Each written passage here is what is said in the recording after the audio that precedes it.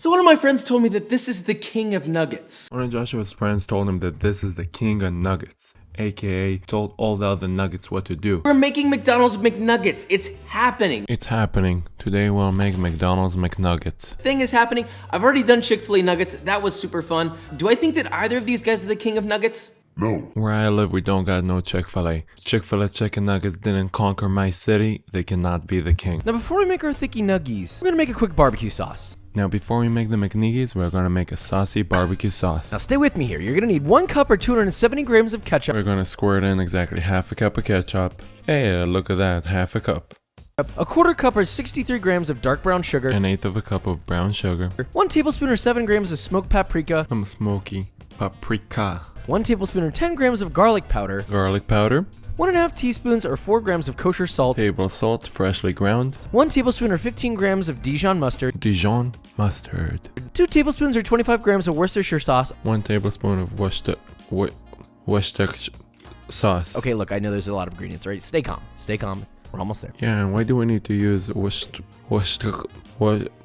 whatever? 1.5 tablespoons or 16 grams of Chikyong vinegar or Chinese black vinegar. We'll just use apple cider vinegar. 3 tablespoons or 35 grams of rye whiskey, which is optional. Since it is optional, skip. 3 tablespoons or 35 grams of white distilled vinegar. We'll just use apple cider vinegar. Again. And an optional splash of shirdashi. Optional again? You know what that means. 1/2 cup or 120 milliliters of water. We'll give that a good mix and add a 1/4 cup of water.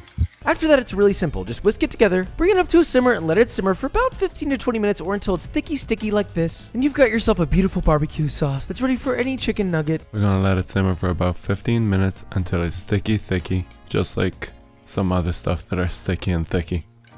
Okay, so if we're gonna make chicken nuggies, you're gonna need chicken. I broke down this whole chicken just for the flex. I got grocery store bone-in chicken breast just for the flex.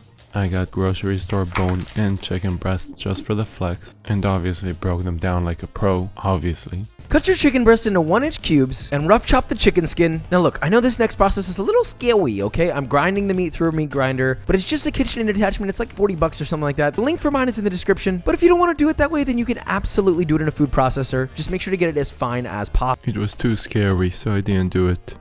I'm kidding, I don't have the KitchenAid attachment, nor do I have a kitchen processor, so I grounded it as fine as possible.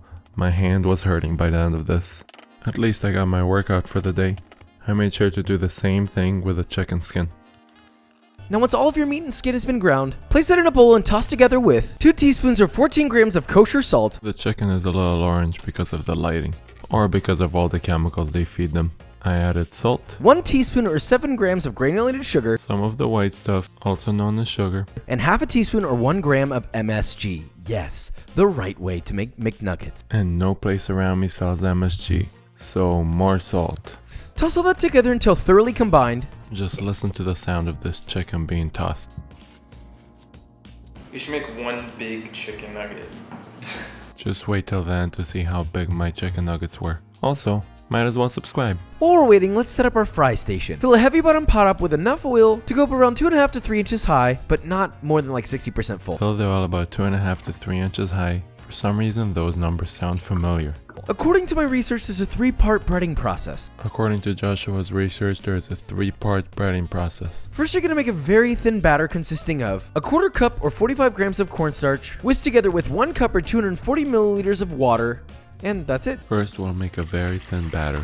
We'll mix together water and cornstarch. Some people use egg in this step, however, the cornstarch leads to a lighter batter, better for tempura. And bada bing, bada boom, all done. Next, a flour dredge consisting of 3 cups or 450 grams of all-purpose flour, Next, we'll make the flour dip. First, we'll start with 2 cups of flour, 1 heaping tablespoon or 22 grams of kosher salt, almost a heaping tablespoon of salt, kosher, 1/2 teaspoon or 2 grams of MSG, no MSG, so some more salt. 1 teaspoon or 3 grams of fresh ground white pepper, The company needs to meet the quotas, so we'll add some black pepper. and 1 teaspoon or 2 grams of celery powder. No celery powder, so we'll add some more salt. Whisk that together until thoroughly combined. Blah blah whiskey business, yeah. Whisk that until thoroughly combined. Blah blah, whiskey business. Then pour that into a shallow 8x8 baking dish. We're gonna just leave it in the same plate. No new baking dish. Blah blah, baking dish. And last is some sort of weird tempura batter. And last is some sort of regular tempura batter. then consists of half a cup or 75 grams of cornstarch, I'm gonna start with 1 egg. I'm not sure why. Josh added the egg later. 3/4 of a cup or 103 grams of all-purpose flour. Here's the all-purpose flour and the cornstarch. Yeah, pat that out. Really good idea, Josh. Nice work. Damn, Josh, can you pat me out like that? 1 1/4 teaspoon or 4 grams of baking powder and 1/4 teaspoon or 1 gram of baking soda. We're gonna add the baking powder and baking soda. The reason we're using both baking powder and baking soda is because when contacted with heat, it creates a lot of bubbles, which results in a very fluffy batter. Woo! Yeah! And 1 cup or 240 milliliters of chilled water. Add half a cup of water that is chill. 2 whisked eggs to that. We already did that, remember?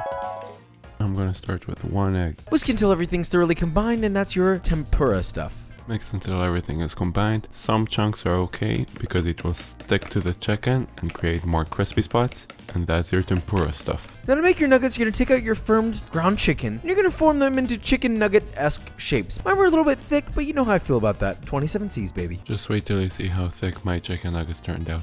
I also made some chicken strips. First, drop them in your thin cornstarch mixture. Then toss with the flour mixture until thoroughly coated, shaking off the excess flour. And last, dip them in your tempura batter. First, we'll start by dipping it in the cornstarch mixture. From there, we'll take it onto the flour. We'll pat it in so all the flour sticks.